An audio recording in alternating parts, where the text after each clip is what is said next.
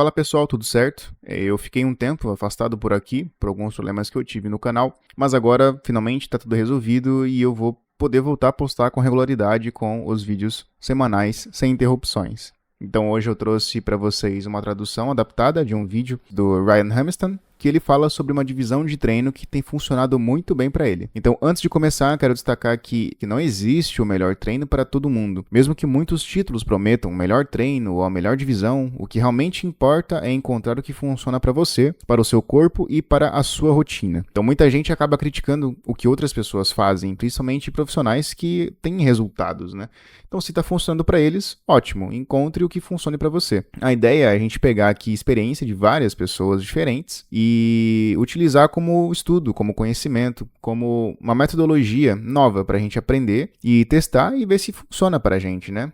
Então o convite aqui é sempre que você experimente, adapte e descubra o que é melhor para o seu caso, sem ficar preso a regras ou metodologias. Com isso em mente, então, bora pro vídeo. Recently, I have been making some serious progress from an upper-lower split. And I figured you guys would probably want those precious gains as well. So I'll walk you through exactly how I set everything up because it's a little different than most people and it makes all the difference. Or just keep doing what you're doing. I'm sure you're doing great and your mom loves you. Mine took a dirt nap, so I gotta keep going. Bottle it all up.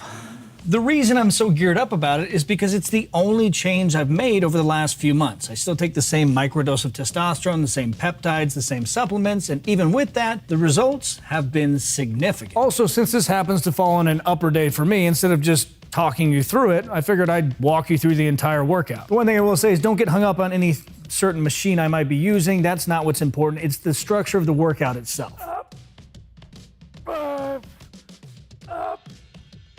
I've looked at all the studies comparing low versus high frequency, and there's a few that lean towards higher frequency, but when volume is equated, there is no difference. But I think it's due to the fact that I unknowingly increased my volume because of the way I structured the split. Hopefully we can go over this without recreating that infamous bodybuilding.com thread where people start arguing in the comments about how many days there are in the week. Because the way I set it up, it's a 2 days on, 1 day off split that runs continuously, meaning that the first week you're gonna hit upper body 3 times, the second week, lower body 3 times, the third week, and that means when you look at it on a per week basis, those muscles every third week are gonna get a crazy increase of volume because you've added an additional workout. And we're not AI-fused robot slaves yet, so it's probably less about getting more volume within those 168 hours of the week and more about just increasing the volume overall. One thing I forgot to mention is because you're hitting everything at least 2 times a week, you can bias specific workouts towards either lagging body parts or just whatever you want. The way I set it up is I have a chest focus upper day, that's what this one is, where I do an additional exercise for chest, and then I alternate that with a back focus, where I do an additional exercise and sets for back.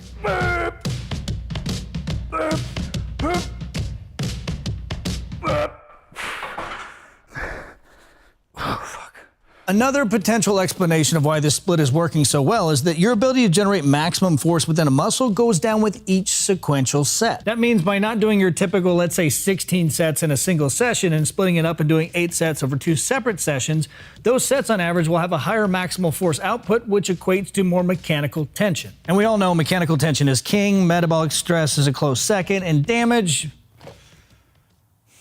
is the equivalent to the first time a woman brings you over to her house and you realize that she has a lot of panties with holes in them. You can't prove that she's a whore, you just have a gut feeling on top of the fact that those holes are eerily similar to the circumference of the average male erect penis, so you infer damage has been done.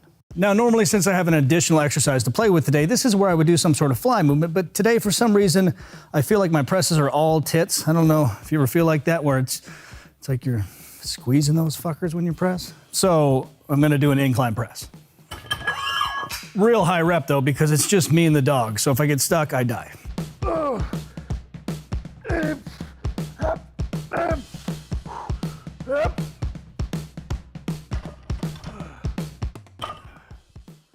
Thanks for nothing, Pearl. Now, there are a couple things that can make or break a split like this. One of which I would categorize as intensity. How many of the sets that you did during your workout were taken to either 3 reps in reserve or even closer to failure? I personally say fuck it and always go to failure, but the research says these are the same. The way I built out this gym is I have a list of all my favorite pieces I've used along the way. This one, however, is not one of them. Bumstead had this on his home gym tour, and I thought, yeah, it looks decent. And then I notice how much you can wrap your upper back around it. Probably perfect for hitting those rhomboids and mid traps.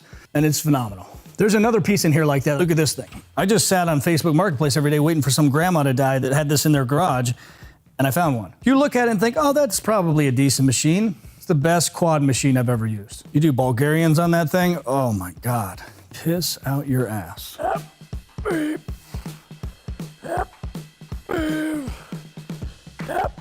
Now for back, I've got one movement where I do a high elbow row where I'm hitting those mid traps, upper back, and then I do one that's just lat focused. The erector spinae muscles get hit on actually leg day when I'm doing some sort of glute-based RDL or stiff legs. And then again, 3 days from now, it's gonna be an upper day that's more back focused with an additional exercise, usually more lat.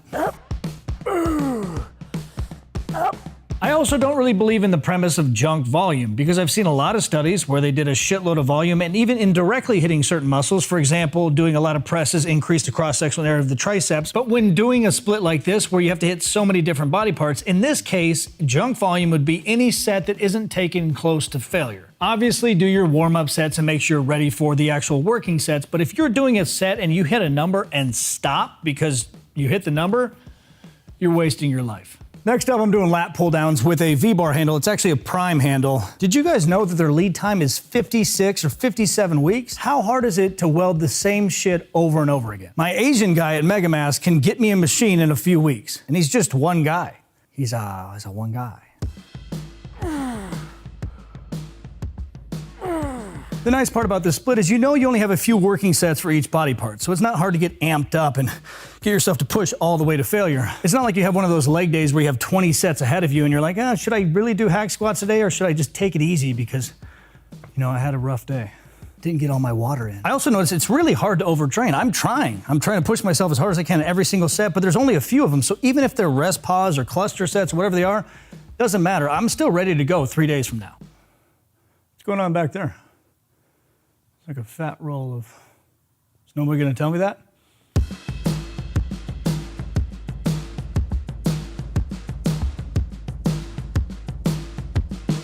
Another thing that can screw up this split is your exercise selection.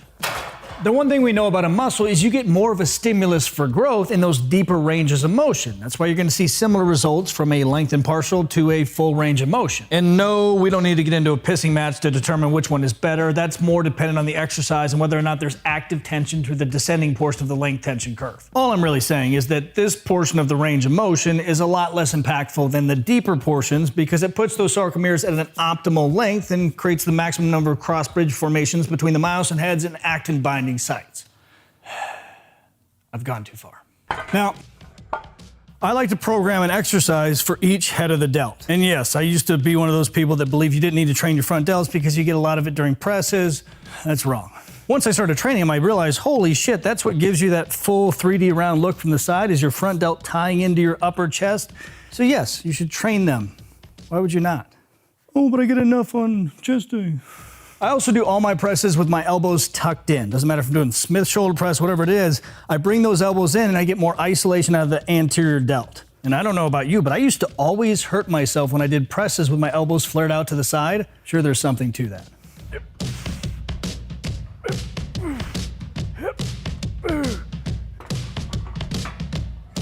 Again, you don't need this exact machine. You could do the same thing with dumbbells. Just tilt the incline back a little bit further. That way it sits on your anterior delt, slightly supinate the dumbbell, and press. I'm doing 3 unilateral sets with very little rest in between, except for this fucking part where I'm talking. And then I'll do 1 set, really high rep, both at the same time.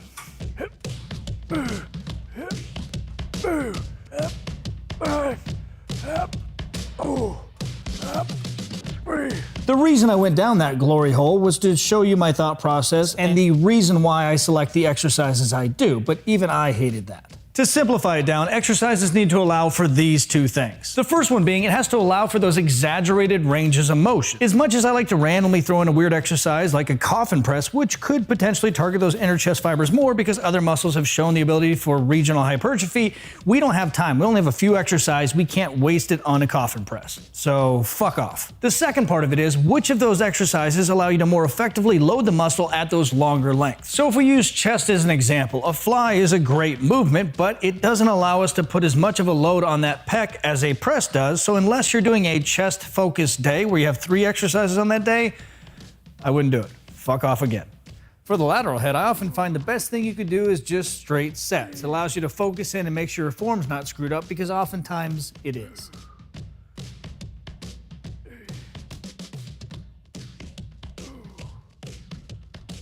These bastards somehow snuck back into my rear delt routine from time to time. It was right after I made that video where I ranked all the best shoulder exercises. I kept playing around with this one and really punching out even further, and also turning those hands in even more so you feel like you're pulling away as you're doing it. It's been redeemed. I don't know what I graded it before, like a B, but low A.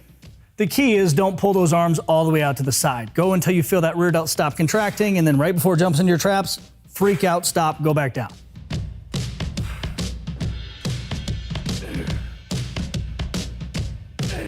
Also, because we're limited on the number of sets we can do per body part because of the number of muscles we have to train in a given day, it would make sense to program some advanced sets. My 2 favorite are 1, rest pause sets, where you push a set to complete failure, take 10 to 15 seconds, go again to failure, 10 to 15 seconds, go again. And my variation of cluster sets, where you push yourself to, again, failure, but take a very, very short rest in between, like 1 deep breath and then go 4 consecutive times. It sucks very badly.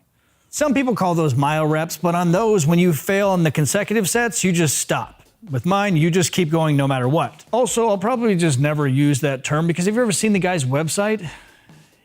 Yikes. Programming for high achievers.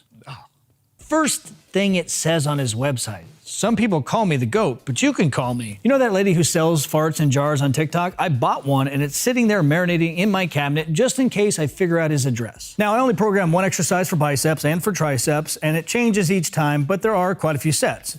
6 sets of each. Sometimes more if you count rest, pause, drop, all that good shit. If you choose the right exercise, it's enough. The one thing I've noticed with this type of split is your muscles stay full all the time. It's not like a bro split where you have to wait 7 days to hit a muscle again, and by the time you do, your legs look like you've never trained them before. You have to get 2 or 3 exercises in before you're like, oh, that's not a child's leg, that's mine. It's hard to explain if you haven't done it. You'll notice you're a little bit fuller. Now, this is an exercise I would rarely program for other people because it's a pain in the dick to get into, but it feels great.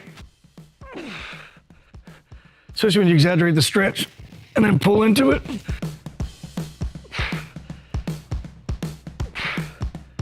Now I'm gonna sit here and do 6 straight sets with very little rest in between, 30, 45 seconds, because your arms don't need it. Which means you're probably gonna end up dropping the weight, which is fine. Why was that so hard? Recently, I got seriously into forearm training, as you can see. So what I do is, one of my off days, I would actually train forearms and abs. It's still considered an off day. There's such low systemic fatigue that it doesn't really matter. It's the same as sitting on your hand and giving yourself the stranger. It's not gonna make a difference. It'll grow your forearms, but it's not gonna affect the rest of your workouts. Otherwise, there's just not enough time to get those precious forearm gains. And I need them because for a long time I had little dick wrists. They're actually starting to grow. Since the bench is already here, I just flipped it around. I'm switching to an easy bar and going from close grip to wide grip. I think it does very little in terms of long head, short head. I just look at it more as a mechanical drop. It's harder to do the close grip, so you start with that and then you go into the wide grip.